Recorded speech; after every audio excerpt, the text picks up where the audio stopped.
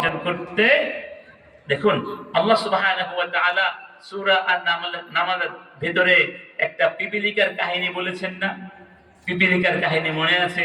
ওয়া হুশিরা লিসুলাইমান জুনুদুহু মিনাল জিন্নি ওয়াল ইনসি ওয়াত তায়রি ফাহুম ইউজাউন হাত্তা ইযা আতাউ আলা ওয়াদিন নামলি ক্বালাত নামলাতুন ইয়া আইয়ুহান নামলু দুখুলু মাসাকিনাকুম লা ইয়াহতিমান্নাকুম সুলাইমানু ওয়া রওনা করলেন।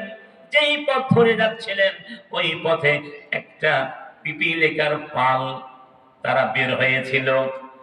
এই দৃশ্য যখন পিপীলিকার সর্দার দেখলো, সেই পিপীলিকা বলল, ক্বালাত নামলা, একটা পিপীলিকার পালের যে রাজা মহিলা থাকে সেই নামলা পিপীলিকা বলল, ইয়া আইয়ুহান নামলু দুখুলু মাসাকিনাকুম, হে আমার পিপীলিকা সম্প্রদায়, তোমরা তাড়াতাড়ি করে তোমাদের বাসায় গিয়ে আশ্রয় নাও।